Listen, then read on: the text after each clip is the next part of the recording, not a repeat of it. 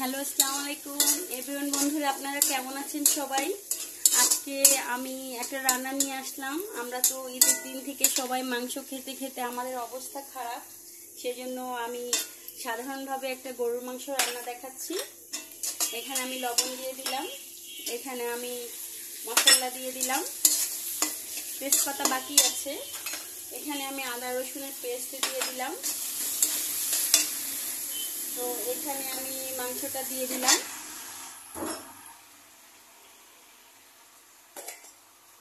এখানে আমি 2 চামচ পরিমাণ হলুদ দিয়ে দিলাম। হলুদের পরিমাণটা কম বেশি আপনারা করতে পারেন।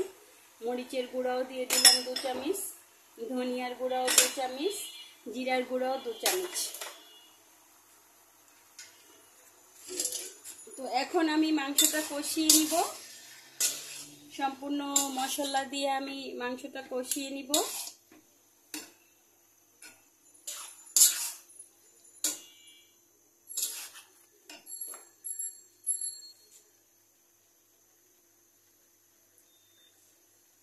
এই মাংসটা ভুনা ভুনা হলেও আপনারা খেতে পারবেন এবং সবজি দিয়েও খেতে পারবেন, কারণ আমরা তো ঈদের দিন থেকে আমরা সবাই কষানো মাংস খাচ্ছি অল্প ঝোল দিয়ে।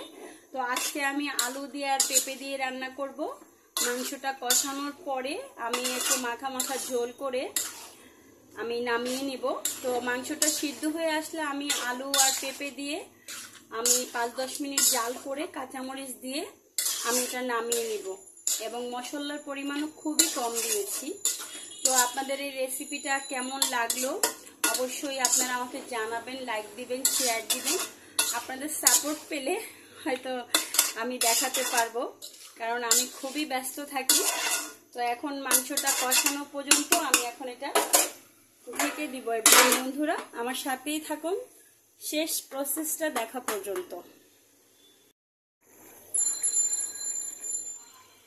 এভরিওয়ান বন্ধুরা, আমার মাংসটা কষানো হয়ে গিয়েছে।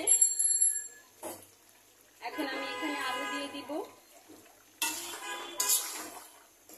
তারপর আমি এখানে পেঁপে দিয়ে দিব। একঘেয়েমি রান্না বান্না আর ভালো লাগছিল না, প্রতিদিন কষানো মাংস তো বাচ্চারাও খায় না, সেজন্য একটু বুদ্ধি করে আলু দিয়ে পেঁপে দিয়ে রান্না করছি। এই আলুটা আর পেঁপেটা কষিয়ে আমি 5 মিনিট পর পানি দিয়ে দিব। দেন পেঁপেটা আলুটা সিদ্ধ হয়ে গেলে আমি নামিয়ে নিব। তো আপনারা আমার সম্পূর্ণ রেসিপিটা দেখা পর্যন্ত সাথেই থাকুন।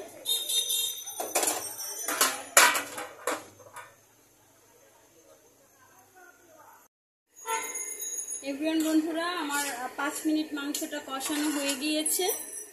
এখন আমি এখানে 2 মগের মতন পানি দিয়ে দিলাম। ব্যাস, আমি আর বেশি ঝোল করব না। আমি এটা সম্পূর্ণ মাখা মাখা হলে আর সম্পূর্ণ মাখা মাখা হলে আমি নামিয়ে নিব। আর এর আগে আমি কিছু কাঁচামরিচ দিয়ে দিলাম, ঢেকে দিলাম। আমার রেসিপিটা আজকে আপনাদের কেমন লাগলো